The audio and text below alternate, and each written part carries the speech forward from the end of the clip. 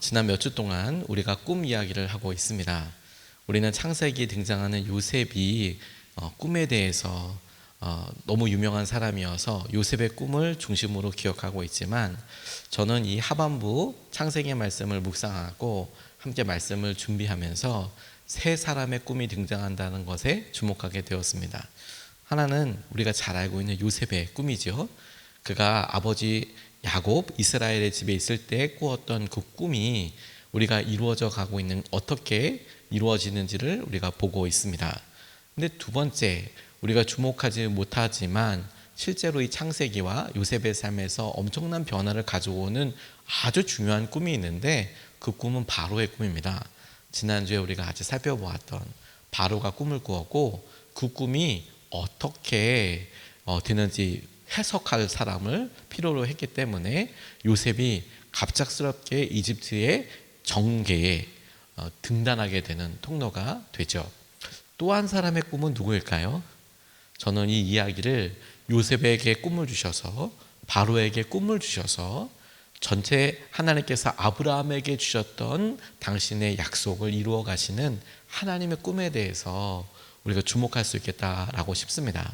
이번 주에 우리가 제2차 40일 특세에서 창세기를 통해 하시는 말씀에 주목하고 있는 것은 이 바로의 꿈, 어떻게 하나님께서 바로에게 꿈꾸시고 그 꿈을 이루시는 것을 통해 요셉에게도 영향력을 주시고, 요셉을 어떻게 하나님께서 하시는 꿈의 일부분으로 만들어 가시는지를 우리가 살펴보게 될 것이고, 다음 주에는 그러면 하나님께서 아브라함에게 약속하셨던 그 말씀이 꿈이라는 구체적인 여러 일을 통하여 하나님이 전체로 갖고 계신 계획을, 그 완성을 우리가 좀 같이 살펴볼 수 있으면 좋겠습니다. 오늘 우리가 읽었던 말씀은 요셉이 바로의 꿈을 해석한 것에서부터 시작됩니다.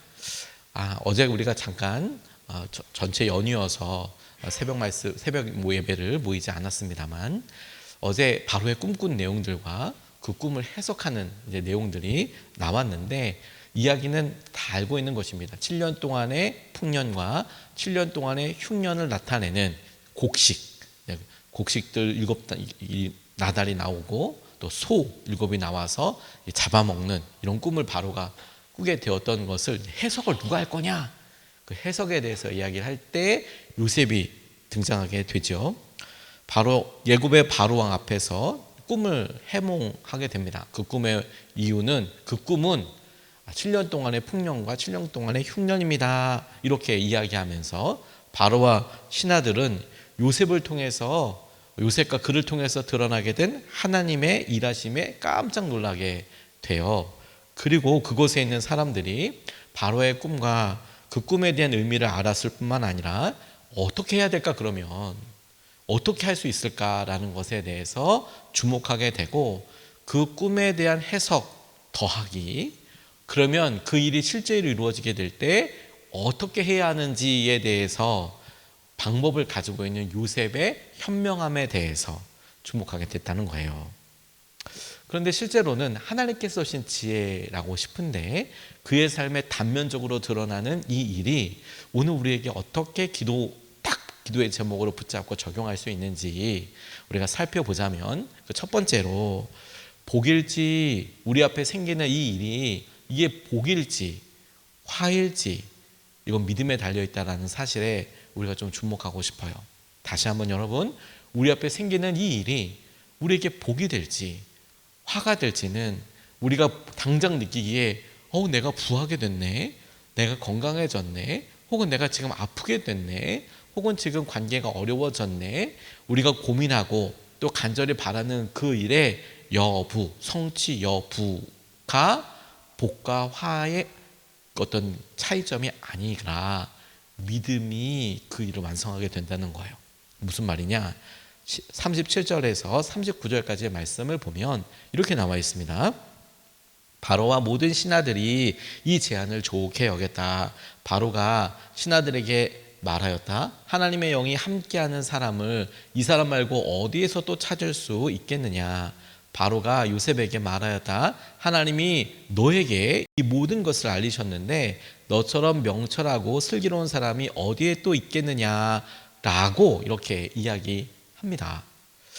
우리 이 앞에 본문을 읽었을 때 내용을 기억해 보면 풍년과 흉년의 때를 대비해서 사람을 세우고 풍년의 때에 5분의 1씩 세금을 거두어 드리고 다 비축하고 이렇게 제안을 해요. 요셉이. 사람들은 다 그의 생각과 제안을 좋게 받아들였습니다. 그리고 그의 말대로 된다면, 요셉의 말대로 된다면 이 상황과 시기를 위해서 준비된 가장 탁월한 인물이 요셉이라는 것에 대해서도 이견이 없었어요. 아, 그렇다. 요셉 저 사람이 서면 그래, 풍년의 때, 흉년의 때 이 14년을 잘 넘어설 수 있겠구나라고 생각을 하게 되었습니다. 그렇게 해서 총리 대신이 되었습니다. 총리가 되었습니다. 우리는 이렇게 생각하면 아, 성공했다, 좋아졌다, 이렇게 결론을 잡게 될 거예요. 하지만 여러분, 우리가 정작 그 자리에 서게 되면 이게 복일까요? 화일까요? 아니, 목사님 무슨 소리예요? 총리 대신이 됐으면, 총리가 됐으면 그럼 복이잖아요. 전화위 복이 된 거잖아요. 죄수보다는 낫잖아요. 그런데 여러분, 그 자리에 우리가 섰다고 생각해 보십시오. 이게 복입니까?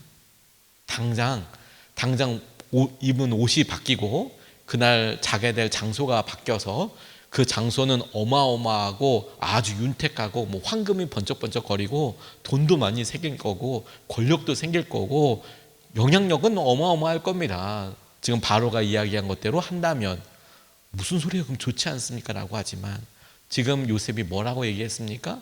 7년 동안은 풍년, 7년 동안은 흉년. 그 말은 여러분, 요셉이 지금 한 이 말이 너의 말대로 이루어져서 네가 총리 대신이 됐는데 이게 완전히 이루어지게 되는 시기는 14년이 지나가야 네 말대로 됐네, 이게 이루어진다는 거예요. 이 말을 거꾸로 우리가 그 자리에 있다고 생각해 보세요. 하나님을 향한 믿음이 없는 사람은 꿈 해석도 잘 안 됐을 뿐만 아니라 말해놓고도 거의 죽음입니다. 왜냐하면 본인이 꿈과 꿈의 해석 때문에 이 자리에 올랐잖아요. 근데 내년에 농사를 짓는단 말입니다. 올해 농사를 짓는단 말입니다. 이게 뭐 조그마한 텃밭, 우리 교회 앞에 있는 조그마한 화단, 조그마하진 않죠. 그 조그마한 화단에 장미꽃이 피고 안 피고 이런 정도만 돼도 우리가 예측하기 힘든데, 그래서 뭐 그 정도는 비료를 줄 수 있지만 이집트 전체의 농사란 말입니다. 그럼 여러분, 어느 지역에는 수해가 될 수 있지 않겠어요? 어느 지역에는 태풍이 불지 않겠습니까? 어느 지역에는 가뭄이 올 수도 있지 않겠습니까? 그런데 결론은 어떻게 되어야 돼요? 올해는 무조건 풍년이어야 돼요. 7년 동안은 풍년이어야 되잖아요. 그러니까 그 사이에 여러 보고도 있고 여러 실제적인 어려움들도 생기게 될 텐데, 날마다 살아가는 하루가 굴곡일 텐데, 주님을 향한 확고한 믿음과 의지가 없는 사람은 이게 풍년이 아니라 흉년이면 어떨까, 흉년이면 어떨까, 그리고 흉년이 조금이라도 그런 빛이 비치면 내가 가짜로 탄로 나서 어떡할까, 내가 가짜로 탄로 나면 내가 이루고 있는 이 외적인 것들이 다 하루에 허물어질 수 있을 텐데 라는 걱정 때문에 복이 아닌 거예요. 저는 그 대표적인 사람이 사울이라고 싶습니다. 사울이 왕 됐습니다. 잘 됐네. 사울이 처음 등장한 것은 뭐 염소 찾으러 다니는 그 장면에서 시작이 됐는데, 그러니까 그가 뭐 목축업을 하는 사람으로서 어떤 부요한 어떤 가문 가운데 있었을 테지만 왕 됐으니까 성공했네, 우리는 이렇게 보죠. 하지만 그의 마지막을 보세요. 그가 그렇게 성공한 삶이라고 하느냐? 하나님 떠나고 나니까 그의 삶이 얼마나 두렵고 힘든지 다윗과도 같이 어린애만 봐도 마음이 철렁철렁하는 거예요. 골리앗이 나오면 자기 책임 때문에 온전히 가시방석보다 더 힘든 거예요. 다시 한번 여러분, 애굽에서, 이집트에서 요셉이 총리가 되었으면 이게 복입니까? 아니요. 하나님과 친밀한 관계에 있을 때 복이 되는 거예요. 그럼 평안한 거죠. 그러면 하나님께서 하실 것이니까 풍년이 되는 거고, 그리고 흉년의 때에 혹여라도 풍년처럼 막 이렇게 막 좋아져 봐요. 그러면 믿음 없는 사람, 하나님을 신뢰하지 않는 사람은 뭐 때문에 고민하는지 아십니까? 올해는 흉년이어야 되는데 풍년이야. 다른 사람들이 다 기대하고 있는 이 일이 이 사람에게는 걸림이 돼요. 거꾸로 가는 삶을 살게 되는 거죠. 이게 주님을 향한 믿음, 확고한 믿음, 주님과 동행하고 주님을 신뢰하지 않는 사람이라면 겪게 되는, 다른 사람들과 역으로 거꾸로 자기의 말과 행동과 어떤 정체성에 고민하게 되더라라는 겁니다. 우리가 그 모습을 보면서 오늘 믿음으로 적용할 수 있는 것이죠. 하나님과의 관계가 먼저인 거구나.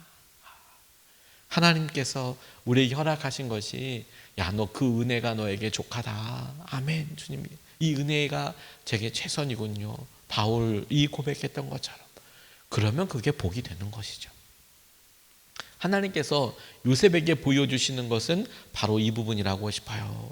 우리는 그가 신분으로서 그가 노예였고 다음에 죄수였고 그리고 이제 총리가 되었으니 처음 사랑받았던 아들의 모습에서 회복 정도가 아니라 신분적으로 쭉 올라간 셈이 되었으니 좋았을 것 같지만 아니요, 여러분. 그가 아들이었을 때는 무엇을 하든지 간에 다 용납될 수 있는 관계였고, 하지만 죄수가 노예가 되었을 때에는 적어도 먹거리는 책임질 수 있었지만 신분은 아무것도 할 수 없는 상황에서, 죄수가 되면 까딱 뭐 하나만 잘못하면 다 죽을 수 있는 상황이었지만 그가 총리 대신이 되었을 때에는 여러분 오히려 그 죄수 때보다 더 많은 일이 일거수일투족 보여지게 되었다는 거예요. 이 많은 정쟁과 그를 시기하는 사람은 없었을까요, 여러분? 요셉이 그렇게 딱 되고 났을 때 이집트에 사는 모든 정치인들은 다 마음이 착한 사람이어서 한 사람도 시기 질투하지 않고 당연해 이렇게 14년 동안 가만히 있었을 것 같습니까?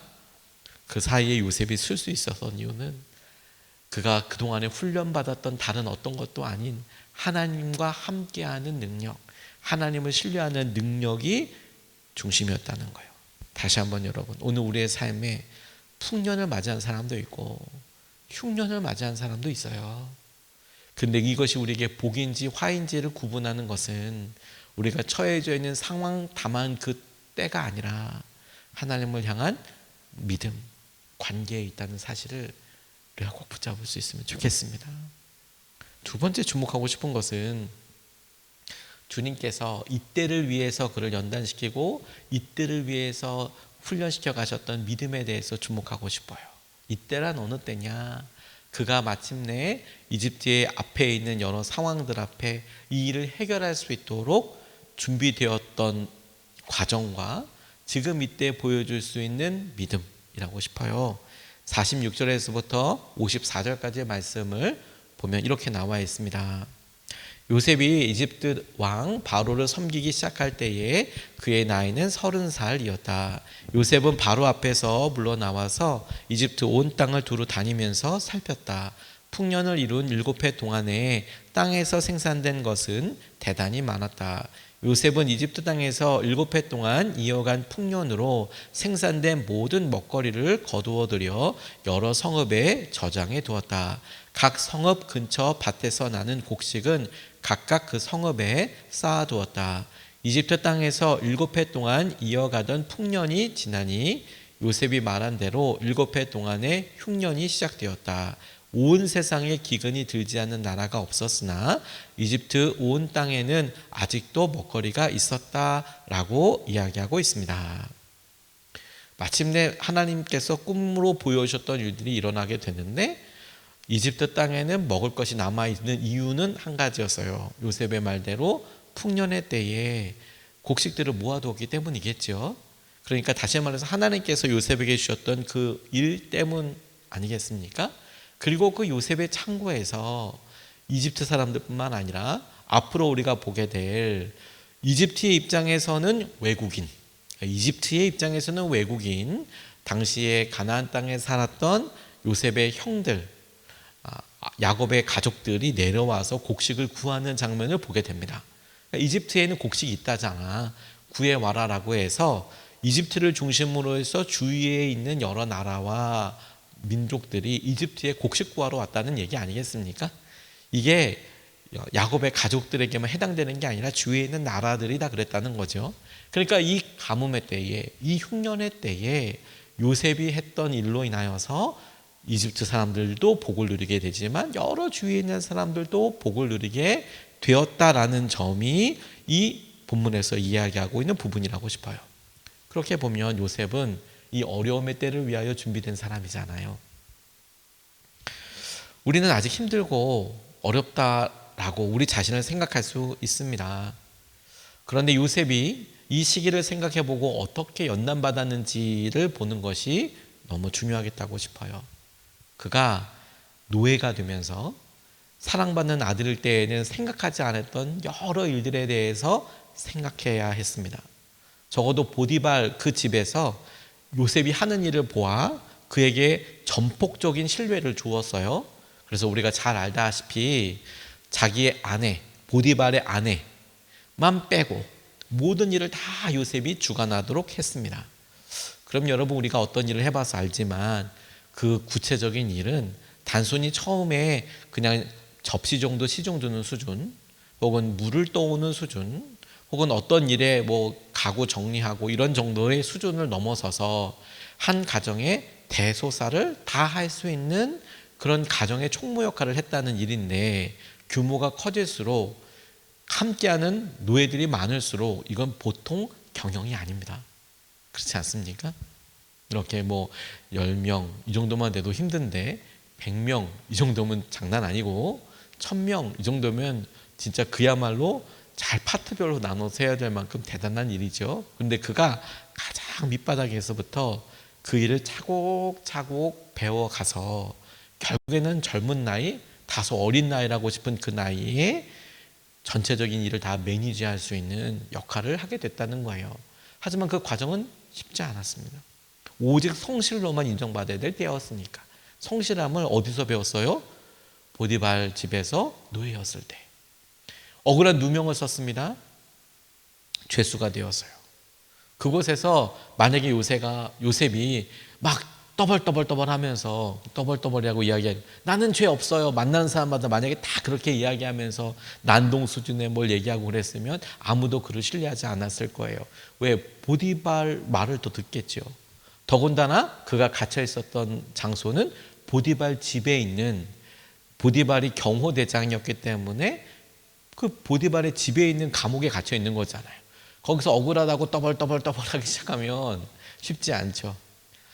1대1의 관계로 술 맡은 관원장, 빵 맡은 관원장에게 이야기할 때에도 나는 여기 올 만한 일을 하지 않았다라고 이야기하지, 거기서 떠벌떠벌 아내가 뭐 어떻고 보디발이 뭐 이렇게 얘기하지 않아요. 그가 마치 그가 처음에 팔려오기 전에 형들한테 했던 얘기 보세요.